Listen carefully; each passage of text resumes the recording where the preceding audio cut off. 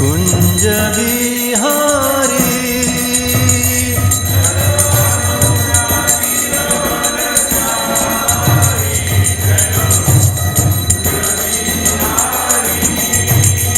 Jayo Radha Madhava, Jayo Kunja Bihari.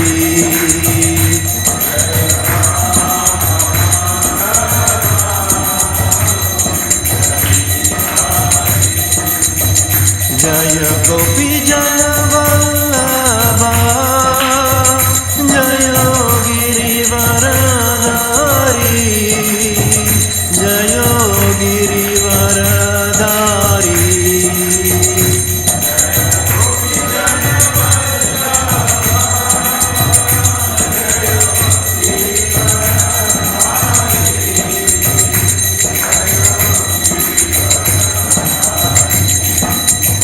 Jaya Yashodanandana, Jayo Brajajana Ranjana.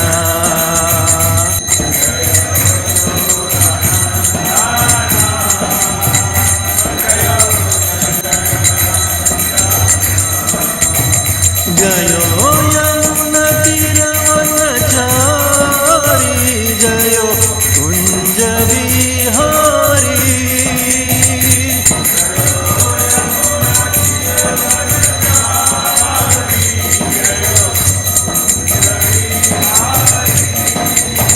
Hare Krishna,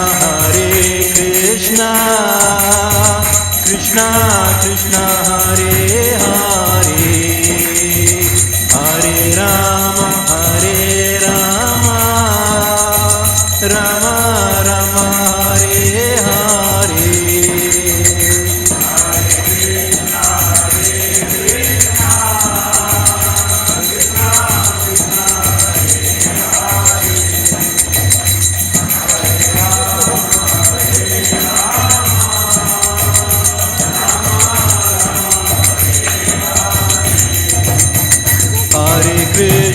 Hare Krishna, Krishna Krishna, Hare Hare, Hare Rama, Rama Rama, Hare Hare.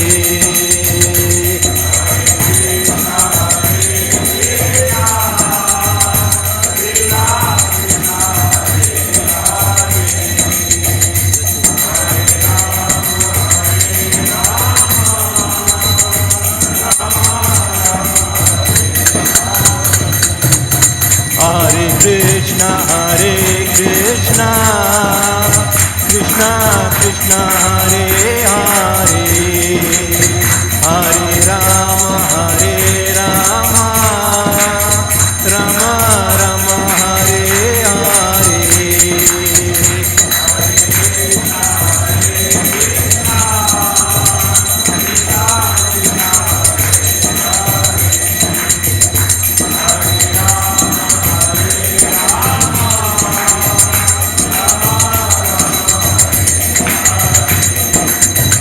Jayo Prabhupada, Jayo Prabhupada, Jayo Prabhupada, Srila Prabhupada.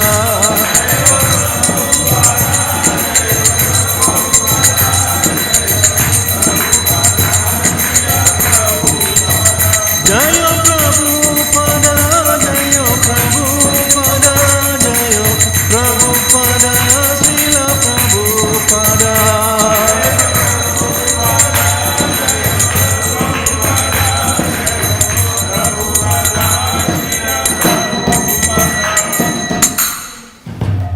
Jai Om Vishnupada Paramahamsa Parijagacharya Stotra Satasri A.C. Bhaktivedanta Swami Srila Prabhupada ki Jai Om Vishnupada Paramahamsa Parijagacharya Stotra Satasri Bhaktivedanta Saraswati Goswami Maharaj ki Ananda Koti Vaishnavrinda ki Namacharyas Harilas Thakur ki प्रेम से कहो श्री कृष्ण चैतन्य प्रभु नित्यानंद श्री अद्वैत गदाधर श्री वसुरी गौर भक्त वृंद की श्री श्री राधा कृष्ण गोप गोपीनाथ श्याम कुंड राधा कुंड गिरि गोवर्धन की वृंदावन धाम की मायापुर नवद्वीप धाम की जगन्नाथपुरी धाम की गंगा माई की यमुना माई की भक्ति देवी की Tulsi Maharani ki, Harinam Sankirtan. All glories to assembled devotees. All glories to assembled devotees. All glories to assembled devotees. All glories to Sri Guru and Sri Gauranga. All glories to Srila Prabhupada.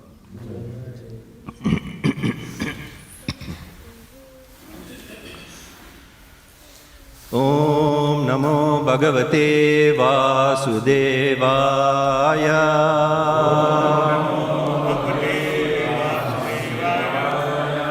Om Namo Bhagavate Vasudevaya.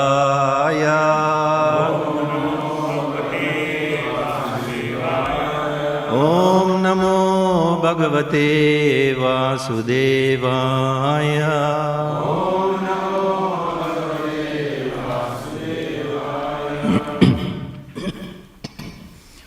Reading from Śrīmad Bhāgavatam, Canto 6.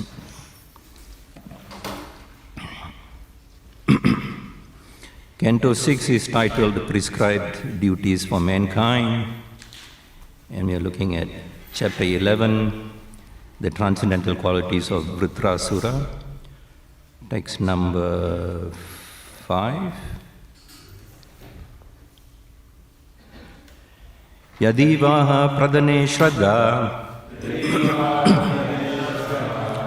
saharam va sullaka ridhi agretistata matram me nachet gramya sukhe spruha yadivaha pradane shraddha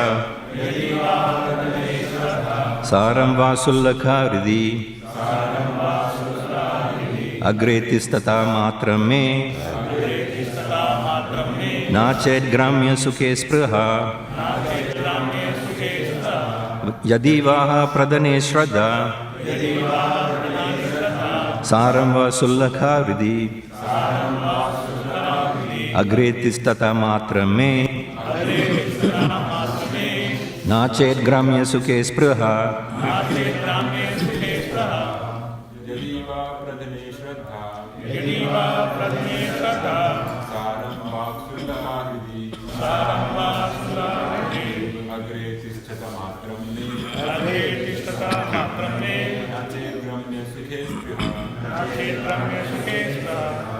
यदि वा प्रदाने श्रद्धा सारं वा luck हृदि अग्रे तिष्ठात मात्रं मे नाचेत् ग्रामाय सुखे स्पृहा यदि वा प्रधने श्रद्धा सारं वा स्फुलका हृदि अग्रे तिष्ठा मात्रं मे नाचेत् ग्राम्य सुखे स्पृहा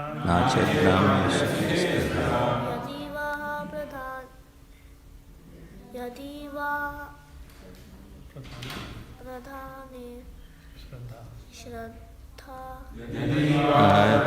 श्रद्धा सरम वाक्सुल सारं वा सुल्लका विधि अग्रेतिष्ठता मात्रं मे नाचेत् ग्राम्य सुखे स्पृहा यदि वा प्रदने श्रद्धा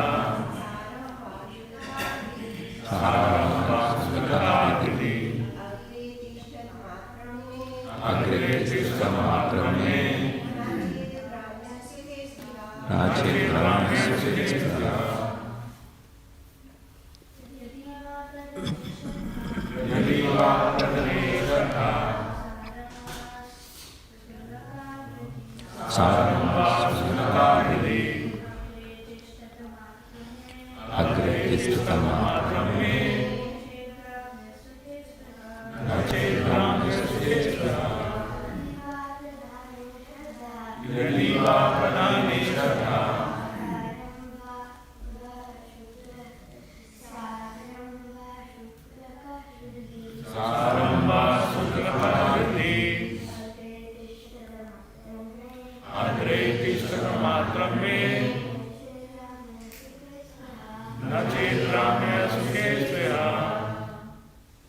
Yadi, if, Vaha, of you.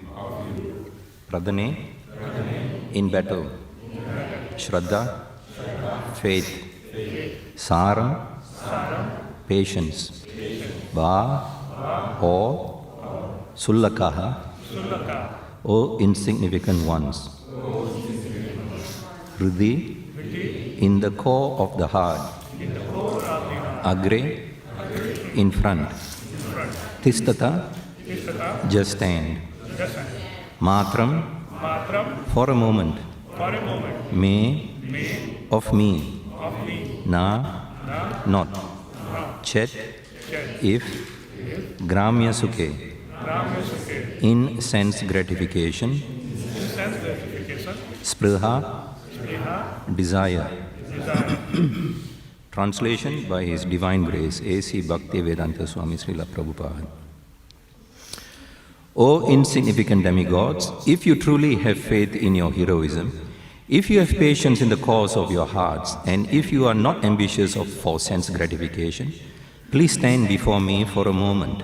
Translation responsively. O insignificant demigods, if you truly have faith in your heroism, if you have patience in the cause of your hearts, and if you are not ambitious for sense gratification, please stand before me for a moment. Purport by Srila Prabhupada. Rebuking the demigods, Vritrasura challenged, O demigods, if you are actually heroes, stand before me now and try to show your prowess. If you do not wish to fight, if you are afraid of losing your lives, I shall not kill you, for unlike you, I am not so evil-minded as to kill persons who are neither heroic nor willing to fight.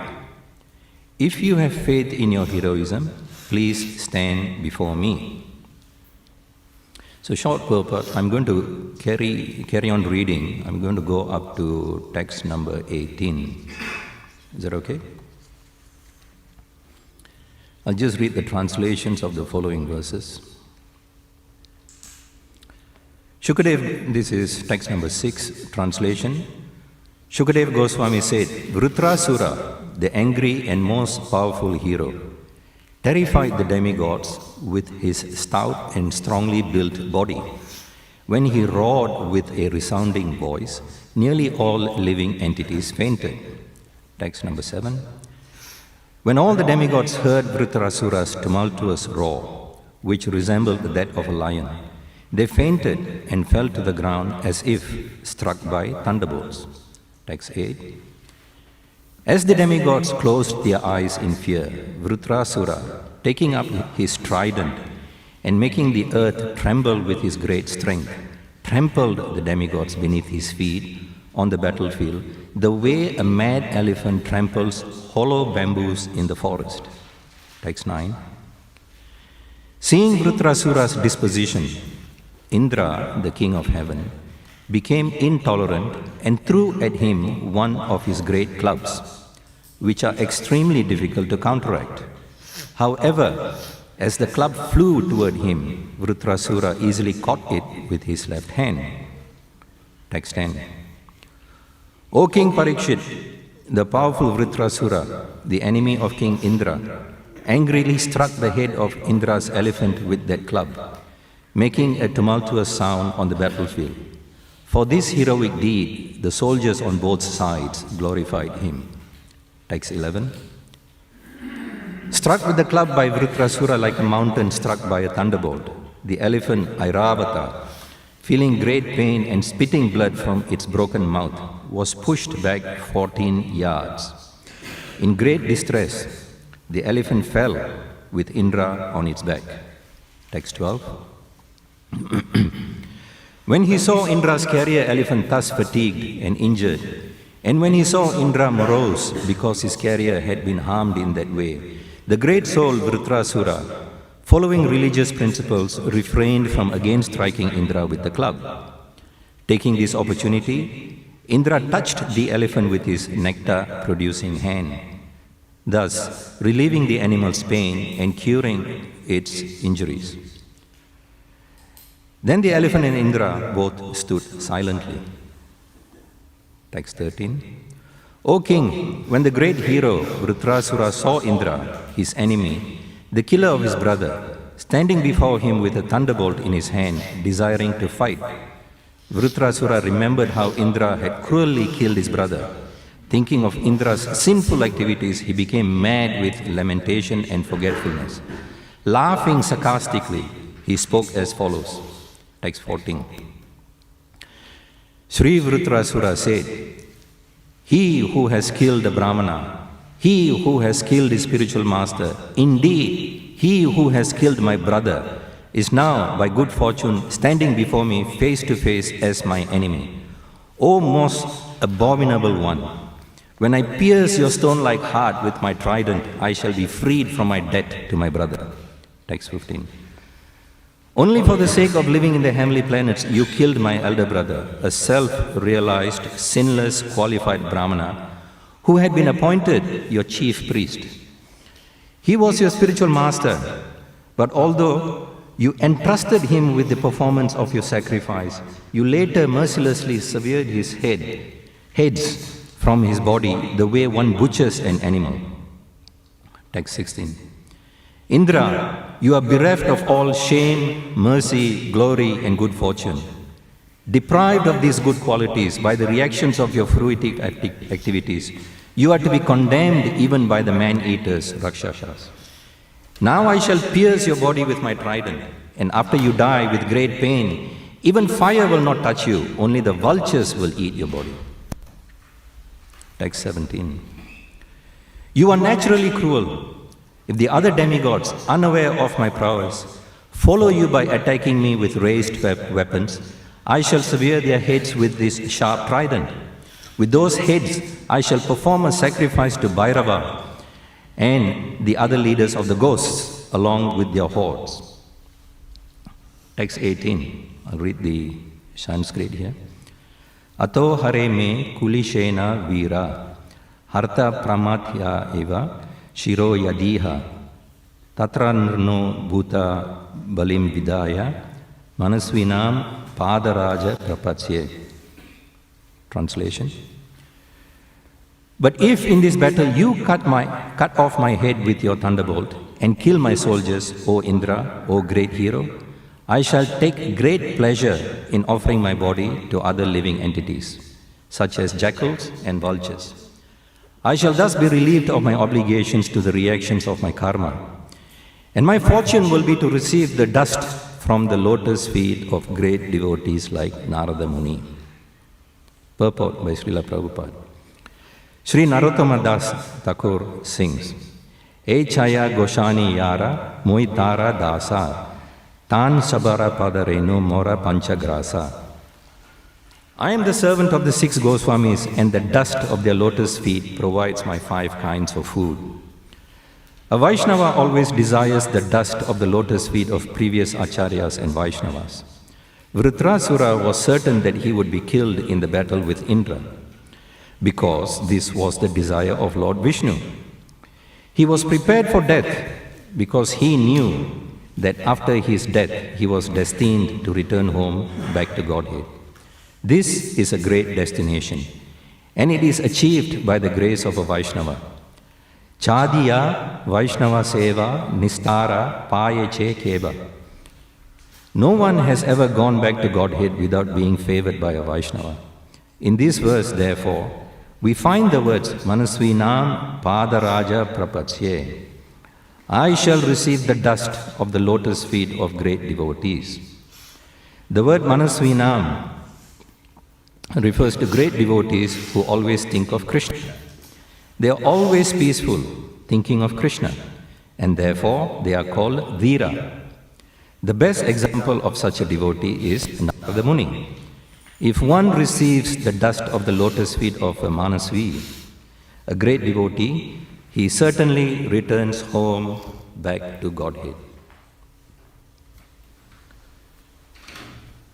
Om Agyana Timirandhasya Gyananjana Shalakaya Chakshurunmilitam Yena Tasmai Sri Guruve Namaha Shri Chaitanya Manobhistam Stapitam Yena Bhutale Swayam Rupa Kadahamayam Dadati Swapadantikam Vancha Kalpatarubhyascha Kripa Sindhubhya Evacha Patitanam Pavanebhyo Vaishnavebhyo Namo Namaha Jai Sri Krishna Chaitanya Prabhu Nityananda Sri Advaita Gadadhara Srivasadi Gaura Bhakta Vrinda Hare Krishna Krishna Krishna Hare Hare Hare Rama Rama Rama Hare Hare Hare Krishna. Wonderful pastime. Śrīmad Bhāgavatam. It's got 10 subject matters. Yeah? Who remembers that? Sarga, first subject matter, is the primary creation of the Lord. Visarga is the secondary creation by Lord Brahma. Then we got Sthanam. Sthanam refers to the planetary systems. Then we got Poshanam. Poshanam refers to the protection by the Lord. Then we've got Uttaya. Uttaya is the creative impetus. And after that we've got Manvantara, reign of the Manus. Then followed by Isha Anukataha, which is the signs of God. Then we've got Nirodha. Nirodha refers to dissolution. Then we've got Mukti, liberation. Then finally, the Samam Bonam, Ashraya, relates to the shelter of the Lord. Okay. So, out of all these subject matters, it's got 10 subject matters. So, any Purana which has got these 10 subject matters is called a Mukhya Purana. Okay. And then we also have other minor Puranas called Upa Puranas which have got less than these 10 subject matters. So, not only is Bhagavatam a Mukhya Purana, it is an Amala Purana, spotless Purana. Okay. It is a natural commentary on the Vedanta Sutra. Okay. Srila Vyasadeva wrote this, compiled this, he didn't write this, he compiled this in his age of maturity, in his devotional years. So, Canto 6 deals with which subject matter? Poshanam, protection by the Lord. Okay?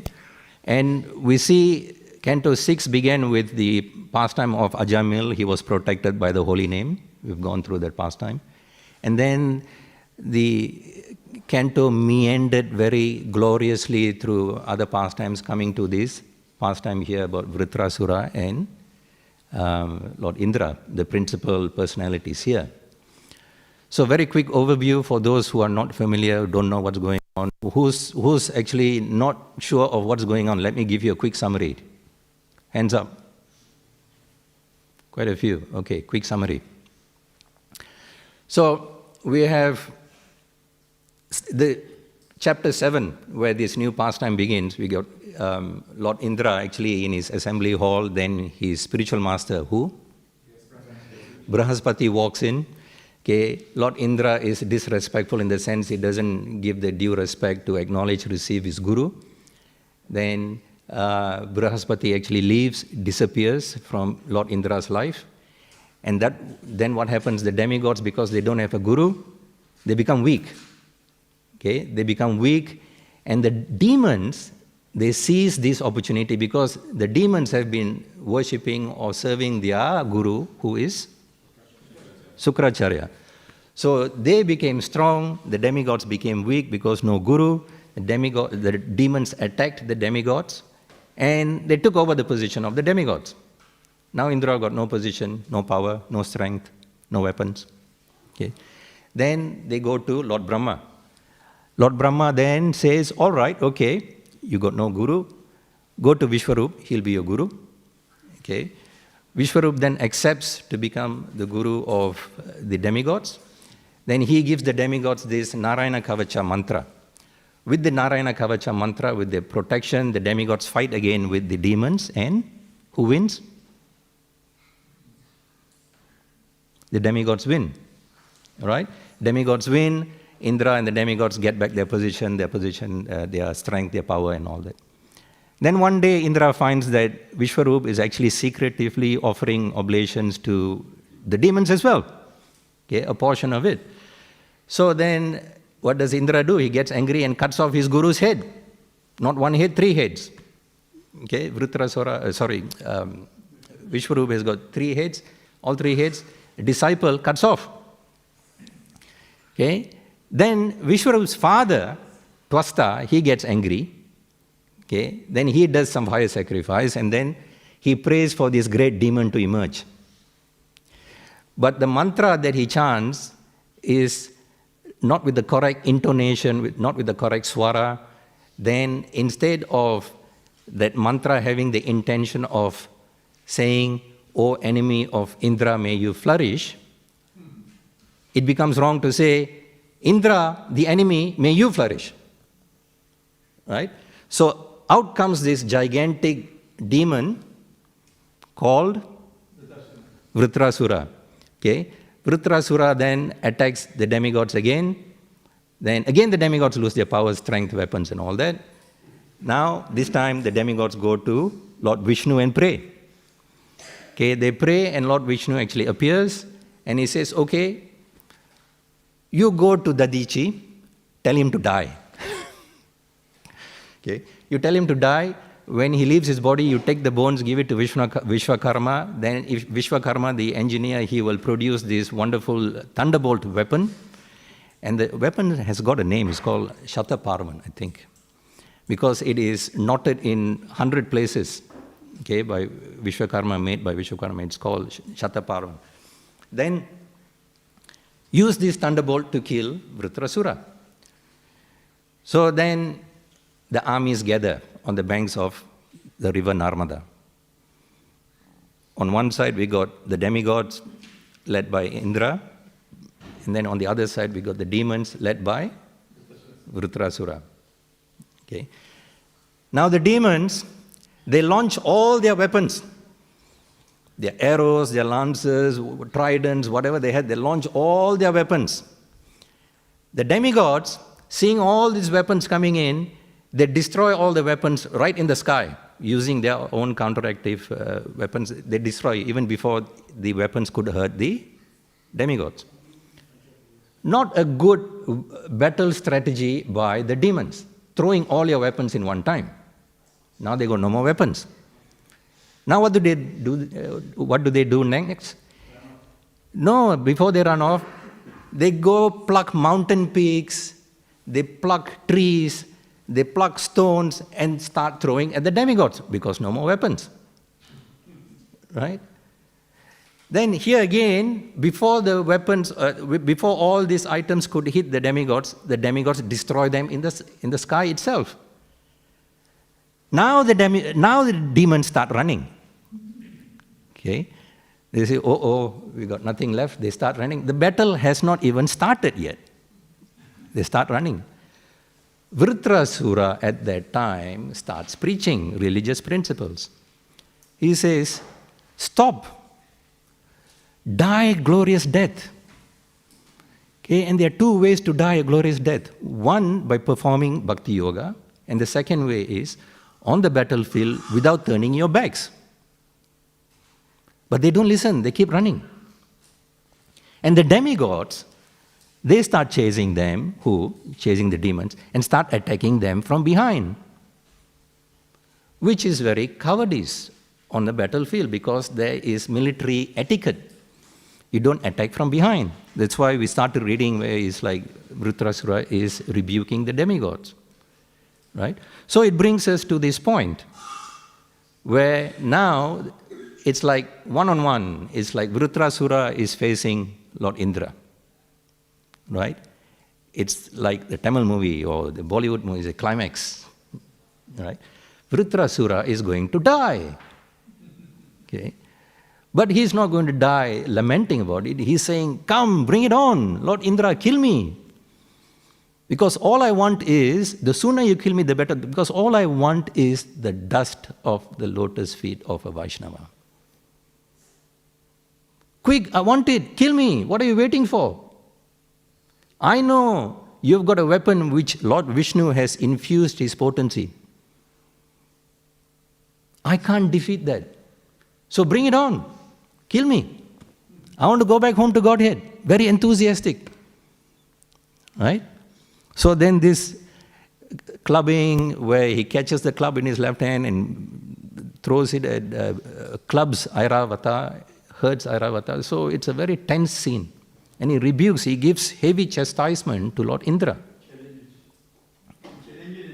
Yeah, challenges, come fight, kill me. So, few nice lessons I picked up. So I thought I'll just share with you what the lessons which hit me. I just want to share that with you. First thing that came to my mind, don't take the mercy of your spiritual master for granted.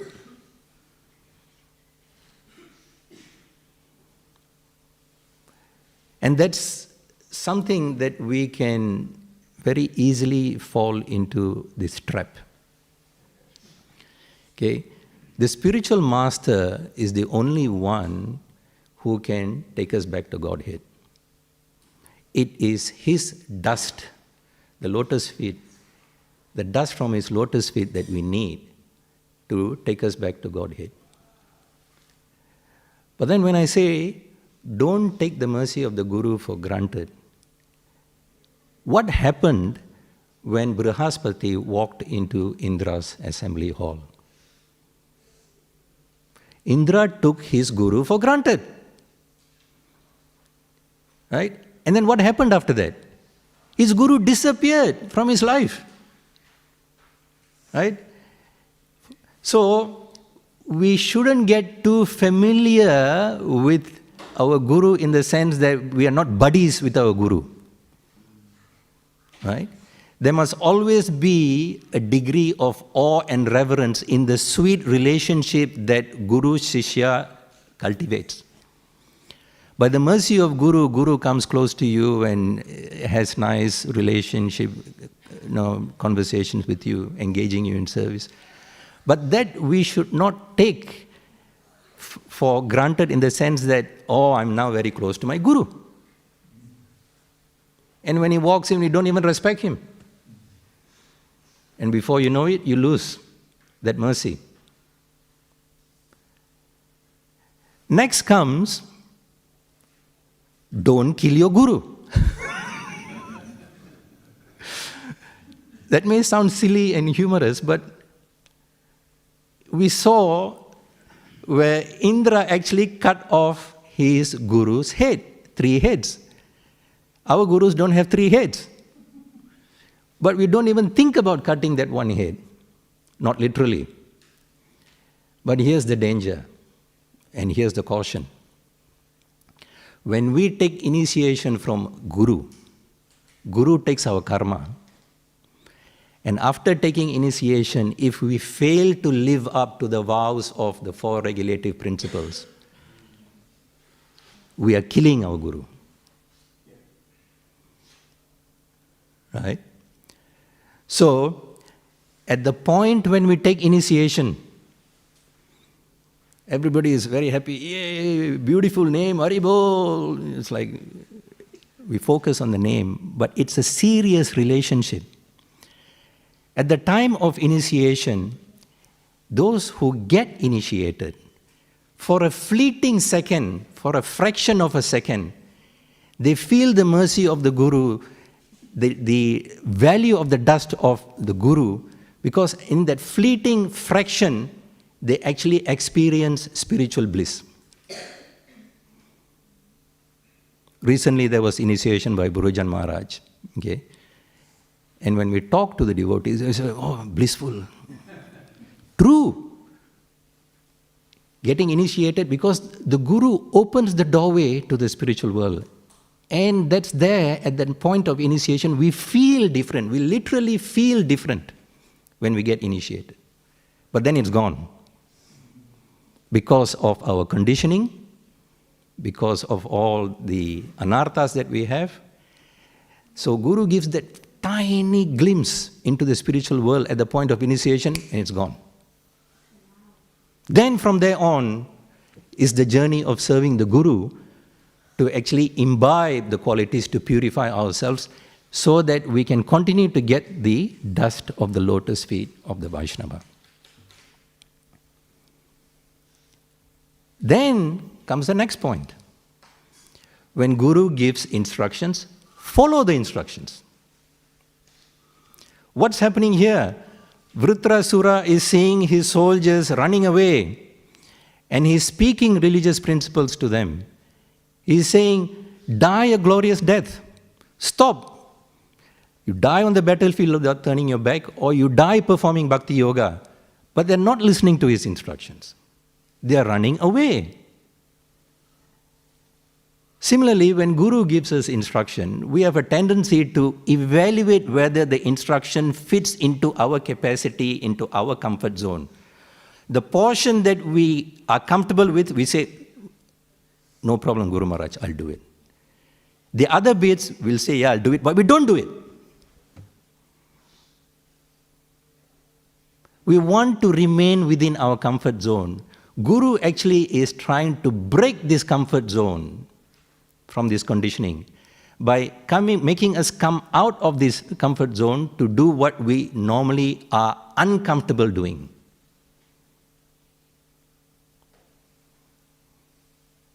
Right? Now,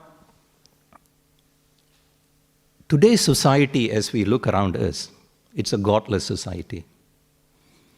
See, we have got people who, mostly the masses, are turning away from God, Krishna. They're running away. They're running away like these demons running away from the battlefield. And we are giving this knowledge through Guru's mercy. We are trying to reach out to share these religious principles. But they're running away, they're turning their backs.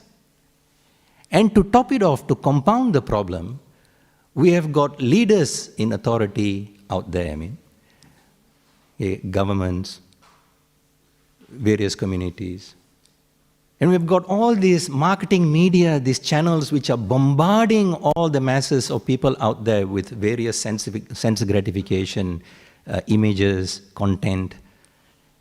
And what's happening really is, while the masses are running away, further away from God, and these leaders and these channels, the marketing media, they are actually killing them from the back. They're pushing them even further, go away from God.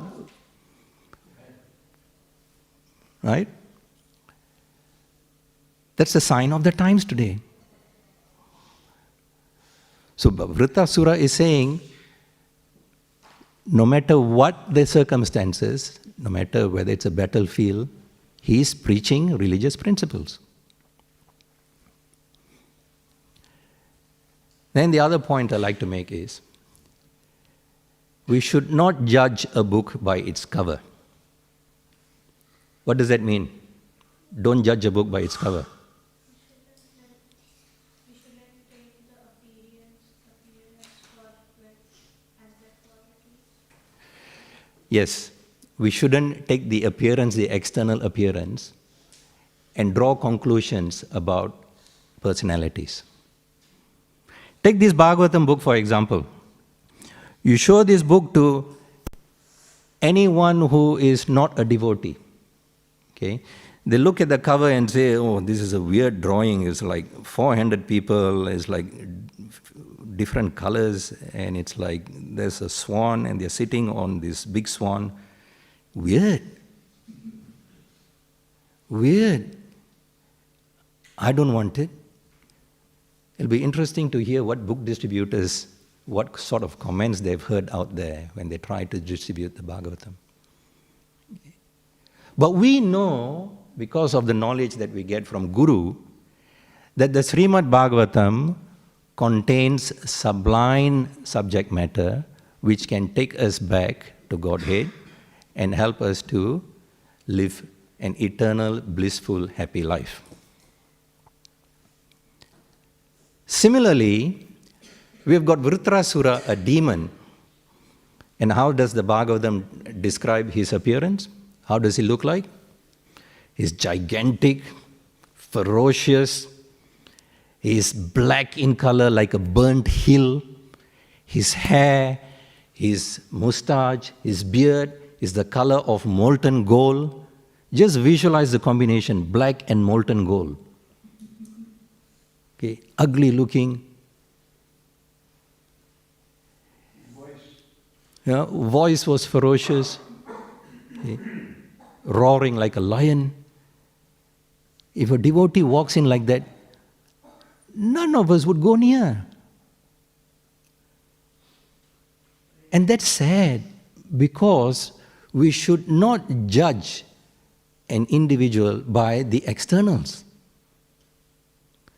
What we look for is what is the content, what is in here of the personality.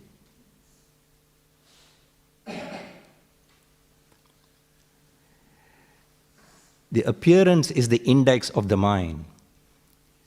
Okay? But in this case, we are saying the appearance is not actually reconciling with what Vritrasura's consciousness is. He's such an elevated bhakta. He's an akama bhakta.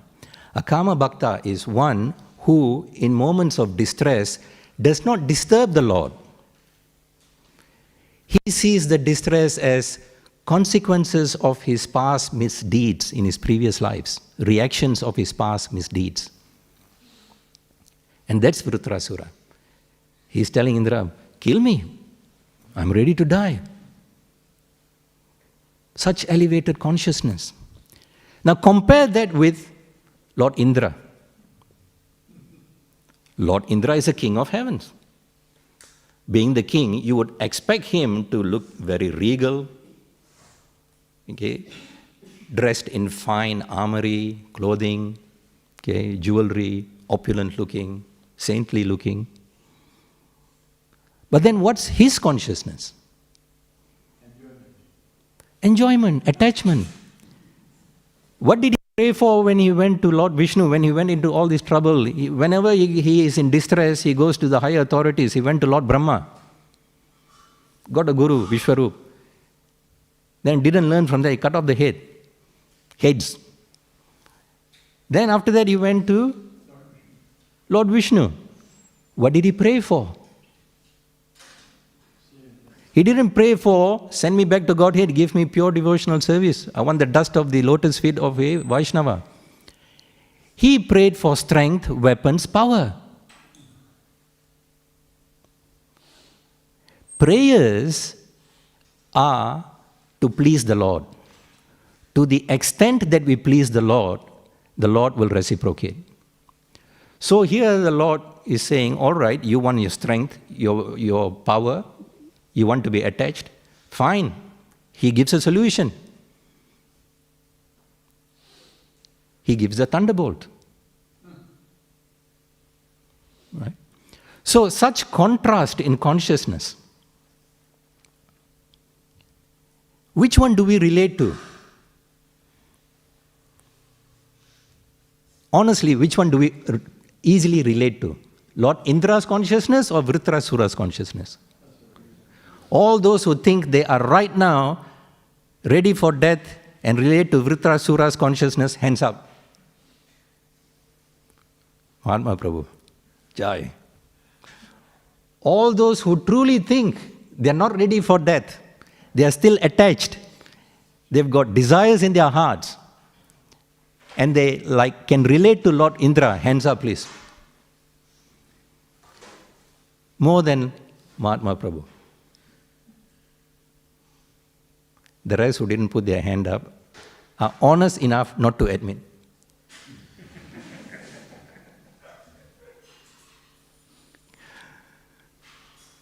So, consciousness, developing Krishna consciousness comes through the mercy of Guru. That's why the dust of the lotus feet of the Vaishnava is so important. It says here, okay, no one has ever gone back to Godhead without being favored by a Vaishnava. Right? So don't judge people by the externals.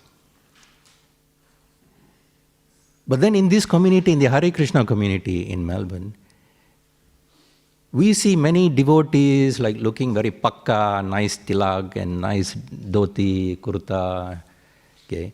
Hare Krishna, very humble, okay. And we tend to think that they are conscious at the proper level as well. Krishna consciousness, the advancement of our development in Krishna consciousness is a very personal relationship with Guru and Krishna. Only each jiva knows at what level of consciousness they are. We may look fantastic, okay, we may look pakka devotees, but we don't know how rotten we may be up here. And that's what Vritrasura is telling Lord Indra. Kill me, I'm ready to go back to Godhead. But you, Indra, you will rot in this material world because of your attachments. Okay? Vritrasura is ready for death. He says here, I'm prepared for death. Take me back. What is death? What is death? Change your body. A devotee is deathless. Because a devotee knows death is actually the beginning that actually opens up the doorway of the real life in the spiritual world.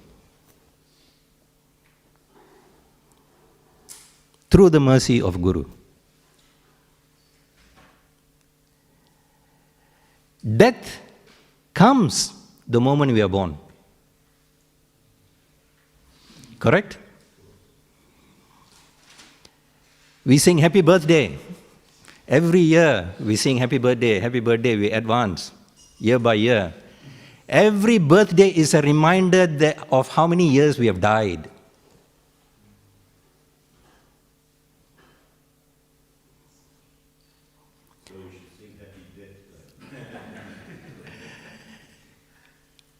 It is okay to celebrate happy birthdays.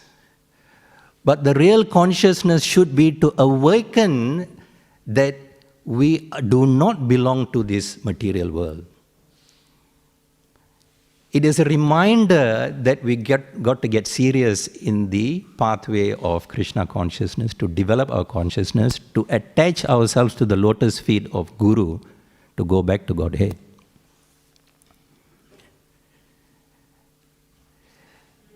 Death, Chanakya Pandit says, if you want to remain successful in your material life, then you have to forget you're going to die. Then he continues, if you want to be successful in your spiritual life, then remember you are going to die. Only when we learn the art of dying, then we will learn the art of living. That brings to mind a pastime in the Mahabharata.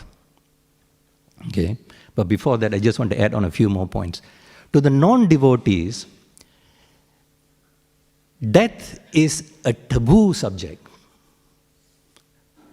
To the materialists, they don't want to know about it. That's one.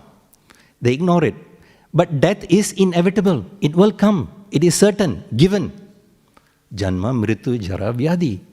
Okay? Death is inevitable. There are two things certain in life. Death and taxes. You can't run away from these two. Right? Just like how Vritrasura is saying, die a glorious death, either by performing bhakti yoga or on the battlefield without turning your backs. The materialists, they've got two ways of looking at death. One, they don't want to know. They have their head in the sand like an ostrich. Even though death is coming, they don't want to know. Ignore it. Okay. The other one is like believing the Charvak Muni philosophy. Charvak Muni is an atheist philosopher who promoted gross materialism. He said, Rinam kritva gritam pibet. Gritam means ghee. He said, beg, borrow, go buy as much ghee as you can. Cook all your food in opulent ghee, opulent food. Eat, drink, be merry. You can't beg, borrow, steal. Don't worry because there's no karma, no reaction. After death you're gone. Enjoy to the maximum. That's Charvak Muni philosophy. And that is what we see pretty much around us out there today. They live life as though there is no tomorrow. No God-centered living.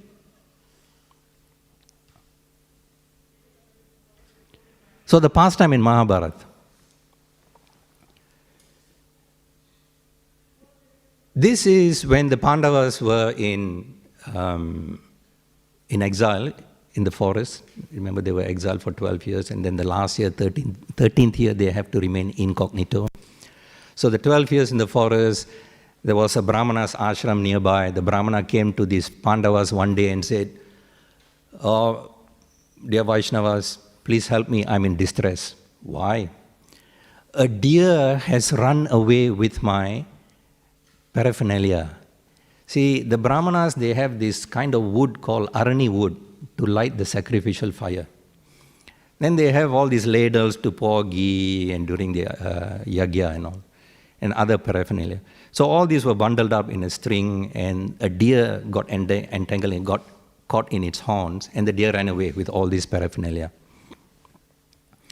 So the Brahmana appealed to the Pandavas for help. So Yudhishthira Maharaj says, no problem. All 5 of them went in search of this deer. They see this deer in the forest, they shoot arrows, but this deer doesn't die. It mystically disappears. It's actually Yamaraj, disguised as a deer. Right? And then they are tired. They come and rest under this large banyan tree. Then they're thirsty. Yudhishthira Maharaj tells Nakula, Nakula, please climb up this banyan tree. See from the top whether you can find any nearby water spots. Go get some water for us to quench our thirst. He climbs up from the top of the banyan tree and he sees in a nearby distance a certain type of trees which grow near water. And that signaled to him there is water.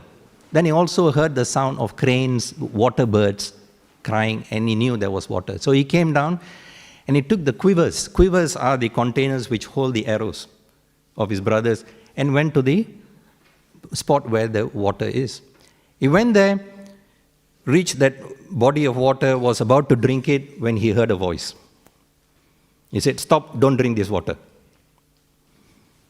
Answer my questions first. If you don't, you will die. Nakula, being thirsty, he drank, he died. Right? The 4 brothers were waiting. Yudhishthira Maharaj then sent Sahadev. Sahadev, you go and find what happened and bring some water for us. He comes to the same body of water. The same voice then says, stop, do not drink, this lake belongs to me. Get my permission first by answering my questions, otherwise you will die. He too does not listen, he drinks, he too dies. Arjuna goes, same thing happens. Arjuna, he heard this voice, he was using his special weapons, his special arrows, which can hit invisible items, invisible voices. Even that didn't work. His weapons were not effective. He drank the water, he too died. Bhima came. Bhima also drank the water, he too died. Finally, Yudhishthira Maharaj came. So he heard the voice too, same thing. Stop, don't drink this water, this lake belongs to me. If you answer my questions, I'll give you permission to drink. Yudhishthira Maharaj says, reveal yourself, who are you? Then an agent of Yamaraj, Yaksha, in the form of a huge bird, a crane, it appears in the water. And it says, answer my questions. Yudhishthira Maharaj says, okay, I'll answer your questions. Then there was this exchange of wonderful question and answer session. Question after question, answer after answer. Okay, there were 100 questions. Among the questions were like, Yaksha asked Yudhishthira Maharaj, who is a healthy companion in our life? Yudhishthira Maharaj answered, steady intelligence. Next question, what is the best possession? Answer, knowledge. What is the king of knowledge? Knowledge of the Supreme Personality of Godhead. What is the best bath that one can have? Best bath is one that washes the impurities of the mind. What is mercy? Mercy is to wish for happiness for everyone else. What is false pride? False pride is to act independently of the Lord. Then came the final question towards the end. The best question and the best answer. Yaksha asked, Kim Ascharyam? What is amazing? Yudhishthira Maharaj saved the best answer for the last. He said, Ahani ahani bhutani gachantiha yamalayam sheshaha stavaram icchanti kim ascharyam ataha param. Every day, hundreds and thousands of living entities are going to the abode of Yamaraj.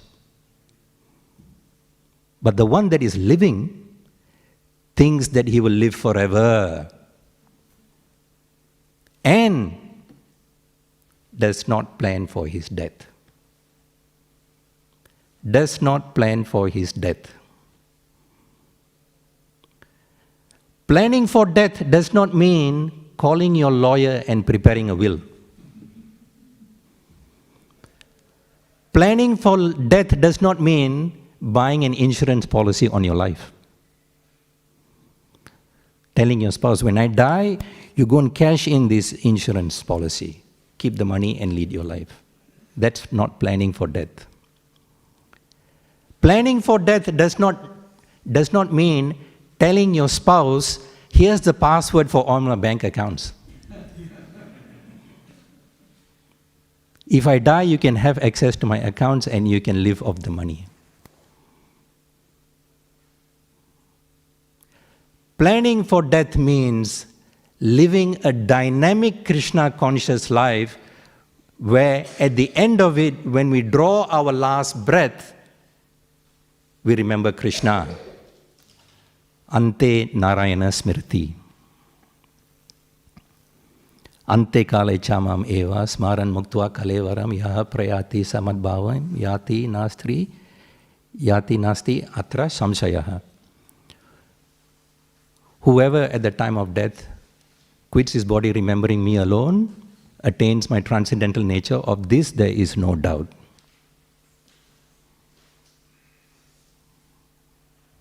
And to plan for death means we got to hold on to the lotus feet of Guru. Fight the battle. Prabhupada declared war on Maya. He is Lord Chaitanya's Senapati. He boarded his battleship called the Jaladuta. Went to the epicenter where Maya was, America. Okay. Started fighting battle after battle after battle. Such a struggle Prabhupada went through. He put his life on the line in more ways than one. There's the pastime in Prabhupada's Leelamrita, where this was in the early years, very early years, when the second center, San Francisco, was opened. And the crowd there, as we know, was like really rough, rowdy hippies, drug-fueled individuals, all sorts of personalities. But Prabhupada did not see the externals. he was working on the battle of developing their consciousness. He was allowing them to touch the dust of his lotus feet.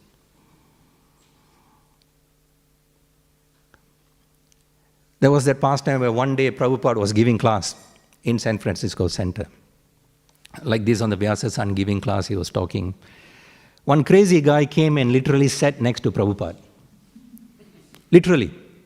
And he said, I want to speak. He told Prabhupada, I want to talk, I want to speak. Prabhupada nicely told him, well, there will be question and answer sessions at the end. Then you can ask questions. Then Prabhupada continued lecturing, giving the lecture, continued talking. So this young person, disturbed mind, looked at Prabhupada very menacingly, seated next to Prabhupada. Right? And he was still agitated, disturbed. Prabhupada kept on lecturing, preaching. Then this young man disturbed Prabhupada again. I want to speak, I want to speak. I want to say something, I got something to say. And Prabhupada stopped the class and said, now we'll have kirtan. Didn't let him speak. Okay? Prabhupada engaged him. Then Prabhupada led the kirtan that went on for about half an hour. This young man was still on the Vyasa-san next to Prabhupada. Then after the kirtan, then as it was at that time quite traditional for Prabhupada, he would distribute prasadam. He would take a knife and an apple, cut into tiny pieces, and he'll distribute the apple. At that time, Prabhupada did something amazing.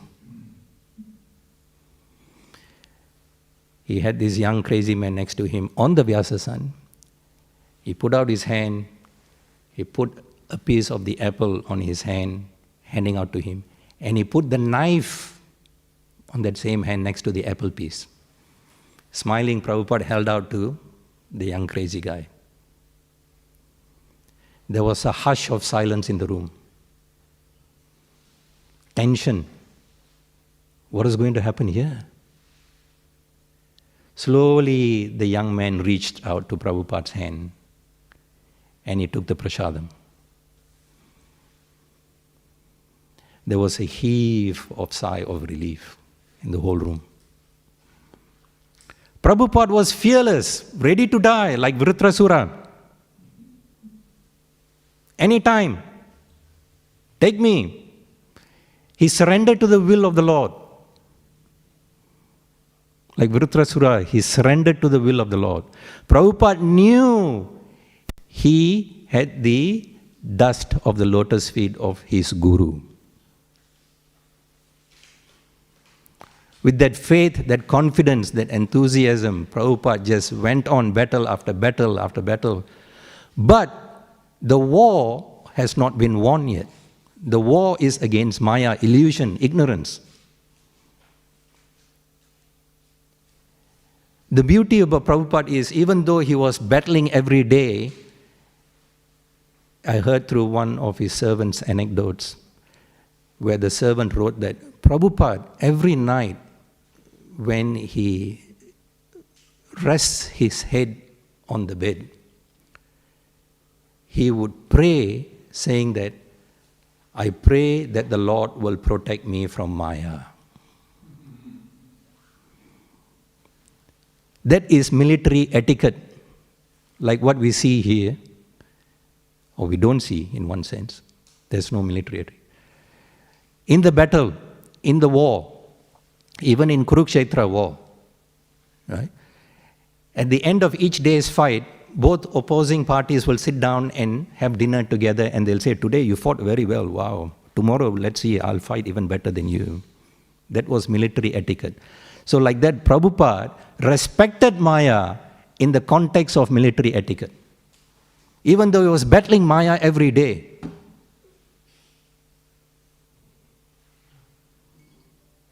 So we need to assist Prabhupada in this mission. To dispel ignorance. We need to become soldiers in Prabhupada's army. Jayapataka Swami Maharaj one time went to Srila Prabhupada and said, Srila Prabhupada, my parents want me to leave Krishna consciousness and join the army, because at that time the US was recruiting all the youngsters. Okay. Prabhupada told him, you join Krishna's army. And Jayapataka Maharaj stayed on, and today ISKCON is richer for his presence. So we all need to remain in Prabhupada's army. His battle mission is to, his war mission actually, is to actually dispel ignorance, dispel illusion, to reveal that there is a spiritual world, to reveal that there is eternal bliss in the spiritual world. There is a relationship that the jiva has with the Supreme. Each jiva is actually, has got this loving relationship with the Lord. Knowledge, real knowledge. Prabhupada is opening up this war chest that he's got of giving this real knowledge to us. So how do we bring all this together to conclude today's class? What is our position? We are actually privileged in one sense, very privileged. All, if not most, are chanting. Bhagavatam Canto 3, Chapter 33 says, for one to be able to chant the holy name in this lifetime, in all our previous lifetimes, we have performed all the Vedic sacrifices. We have read all the Vedic literature. We have bathed in all the holy rivers. To be able to come to this point in this lifetime, to be able to chant the holy name, Hare Krishna, Krishna Krishna, Hare Hare, Hare Rama, Rama Rama, Hare Hare. That's our privileged position. Not many are as privileged as us. So what do? After class, do we walk up to each other and say, wow, chest out, I'm privileged, man. I'm more advanced. No. We got to have the consciousness of Vritrasura saying that we need to be fearless, and in serving the dust of the lotus feet of a Vaishnava, we will serve Prabhupada in fulfilling, will assist him to fulfill his mission. Preach.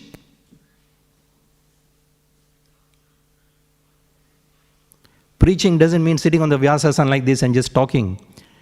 Preach means sadachar, behavior of a good devotee. Your appearance does matter. Your behavior does matter. You got to align your consciousness with how you behave and how you appear. Prabhupada gave us a uniform to be in the Hare Krishna army. Tilak, Shika, saffron color. That is to distinguish us, to say that we are coming to the public with religious principles. Please don't run away, stay and listen to us. That's our call to the public.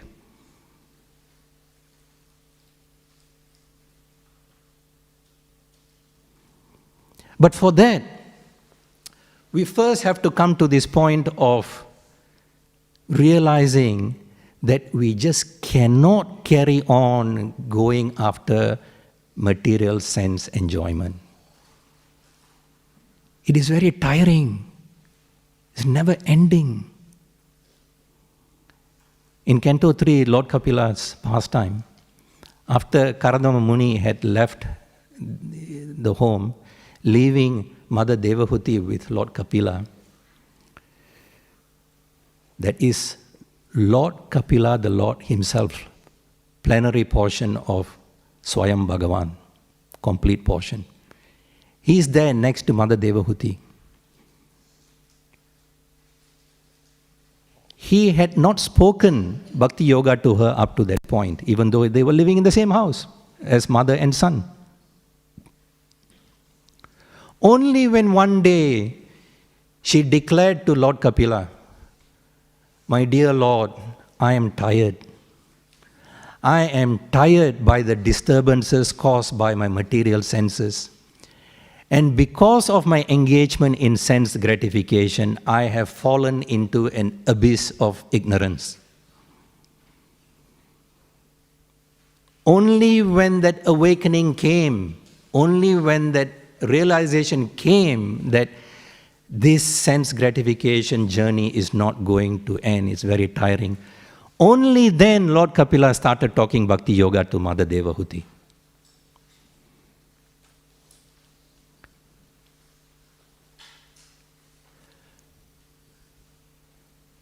Hare Krishna. Questions, comments, corrections? How to become a good devotee very quickly? I've been into this journey for a few years and I see the improvement, but not that much. I want to progress more in very less time. The question is how to progress in to become a good devotee very quickly. Okay? He's saying he's seen some improvement in him, some progress, but he wants to make faster advancement. Correct? Hold on to Prabhupada's lotus feet. That's where it starts, today's verse. Okay? But more than that, you got to remember, even though, as I said, we are at a privileged position, this position that we are in today has taken us innumerable, countless, millions of lifetimes to be where we are today. We are where we are today because in all the previous lifetimes we've been receiving the mercy of Guru, Vaishnavas, and we've been making the progress. So if it has taken us that long, then we know that we have to continue on the journey by totally surrendering to the process. We surrender to the process. The process works. You yourself say that you have made progress. And how do we have evidence that the process works? Just wind back to the clock at the time when you were not a devotee, when you were joining the Hare Krishna movement. How was your dressing? You didn't dress up in dhoti kurta. You didn't wear tilak. You didn't sit in a class like this and listen to Bhagavatam. You were doing something else. So the process works because now there's a change in you wanting to be different and wanting to improve the consciousness, to be Krishna conscious. Therefore, we need to just stick to the process. And sticking to the process means follow the 9 process of devotional service. Hold on to Guru's lotus feet and surrender to Guru and just flow with it. And there must be sincerity in our hearts and minds. See, the thing is this. Krishna has given each of us some unique gift. We cannot be good in everything. But Krishna has trained us in our karmi life or whatever, wherever that you're working, and whatever that you're doing, tradesman or whatever. He has trained us to be good at something. Just like how we glorify Mother Ganga, when we enter Mother Ganga's water, we scoop up the water, we glorify her by doing tarpana, by offering it back to her. Similarly, whatever unique gift that Krishna has given us, we take that gift and we apply it in the ISKCON movement. If you're working as a manager outside in whatever company, if your boss tells you to do something, and if it needs you to work overtime and all that, you stay back and do it, correct? You have the skill to do it, you do it. Bring that skill into ISKCON. With that sincerity, the dedication, the humility, and give 100 times more effort and endeavor, because in ISKCON you are serving the Supreme Boss, Krishna. If out there you can work hard for your karmi boss, there's no reason why in ISKCON we should lower our standards and say, I'm just a volunteer. Yeah, They can find someone else to do. No, the mood should be, we are serving Krishna, the Supreme Boss. We should bring that gift that Krishna has trained us, bring it into ISKCON and serve even more dedicatedly. I hope I've answered your question. Mahatma Prabhu? Thank you very much for an excellent class. One comment and one question. The comment is, as you said, Prabhupada was always praying so that mild and patient. One young lady asked the Prabhupada, I want to marry you. You know the story? No. And Prabhupada said, I've left the household life. Sorry. Mm. That is the answer, standard answer. Mm. My question is, you have used the word Krishna. How do you tell Krishna consciousness? What is Krishna consciousness? What is Krishna consciousness? Interesting question. What is Krishna consciousness?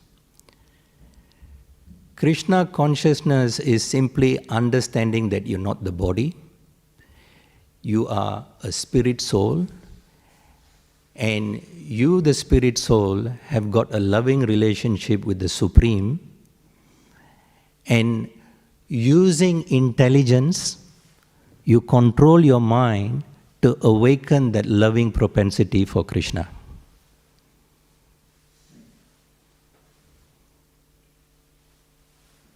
Can it also be said that following the will of the Krishna is the Krishna consciousness?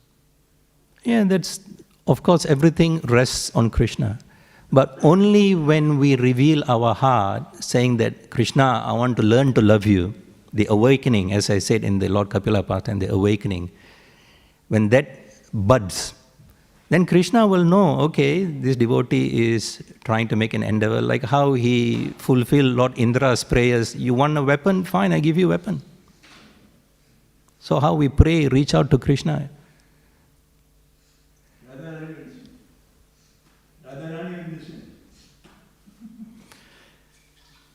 Grantaraj Śrīmad Bhāgavatam ki, Srila Prabhupada ki. Hare Krishna.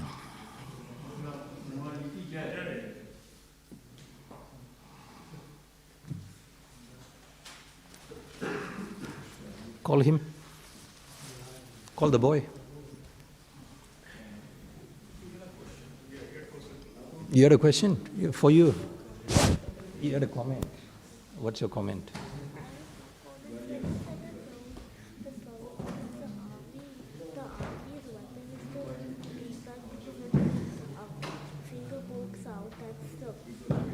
Yes.